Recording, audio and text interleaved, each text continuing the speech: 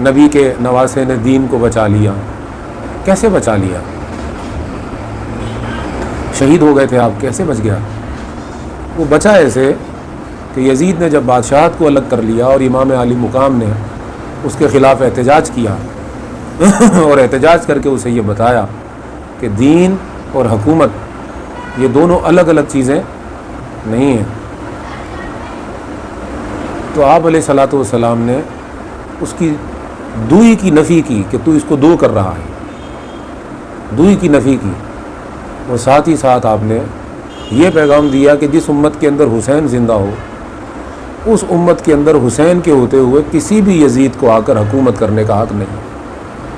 تیسری بات یہ آپ نے فرمائی کہ حسین ہر زمانے میں پوری امت کو جوڑنے کے لیے جہاں سے بھی آواز آئے گی وہاں نکلے گا. اور چوتھی بات آپ نے دین کو بچانے کے لیے یہ سنت پیش کی کہ امت دعوت دے کر بلائے تو پھر اس کا فرض ہے کہ وہ نکلے، ورنہ امام حسین کو وہ زندہ نہیں رکھ پائے گی. اس کی سستی اور کاہلی اور غفلت حسین جیسی ہستی کو شہید کروا دے گی. امام حسین کبھی شہید نہ ہوتے اگر امت بھرپور طور پر ساتھ دے دیتی. تو یہ چار باتوں کا نمونہ انہوں نے قائم کر دیا کہ حسین کے ہوتے ہوئے کوئی یزید نہیں آ سکتا، اگر یزید آ جائے گا تو حسین اس کے خلاف اٹھے گا، جب حسین اس کے خلاف اٹھے گا تو وہ امت کو جمع کرنے کی کوشش کرے گا، امت کو جمع کرنے کی کوشش کرے گا.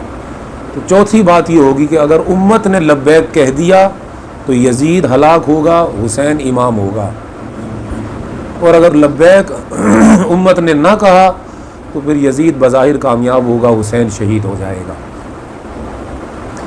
تو اب آپ نے دین کو بچا لیا اور فرما دیا کہ یہ ہے نسخہ تمہارے ہاتھ میں، اب اس کو قیامت تک کے لیے اپلائی کرنا. اگر اپلائی کرتے رہو گے تو کامیاب رہو گے، ورنہ ناکامی تمہارا مقدر بنے گی. 1400 برس بیت گئے، چونکہ امت نے ساتھ نہیں دیا تھا اور امام علی مقام کے جھنڈے کے نیچے جمع نہیں ہوئی.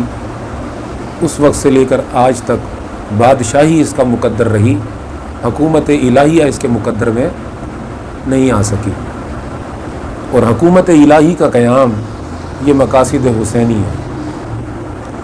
تو اب خانقاہی نظام کی ضرورت اس لیے پیش آئی کہ بادشاہوں کے ہوتے ہوئے کچھ لوگ ایسے ہونے چاہیے جو سیاست سے کنارہ کش رہ کر، دنیاوی اغراض و مقاصد سے کنارہ کشی اختیار کر کے خلوتوں میں بیٹھیں اور خلوتوں میں بیٹھ کر سچے مسلمانوں کو سچا دین پڑھائیں، سکھائیں، بتائیں، سمجھائیں، اور حسین علیہ السلام کی فکر کو ان کے اندر داخل کریں. کہ امام علی مقام کا مقصد حیات یہ تھا کہ وہ اللہ کی زمین پر اللہ کا نظام حکومت قائم کرنا چاہتے تھے اور محمد الرسول اللہ کی شریعت کو محمد کے غلاموں کے اوپر نافذ دیکھنا چاہتے تھے. وہ بندوں کو انسانوں کا غلام بنتے نہیں دیکھنا چاہتے تھے، بلکہ وہ اللہ کے بندوں کو صرف اللہ کا بندہ دیکھنا چاہتے تھے اور اللہ کے بندوں پر اللہ کی حکومت دیکھنا چاہتے تھے.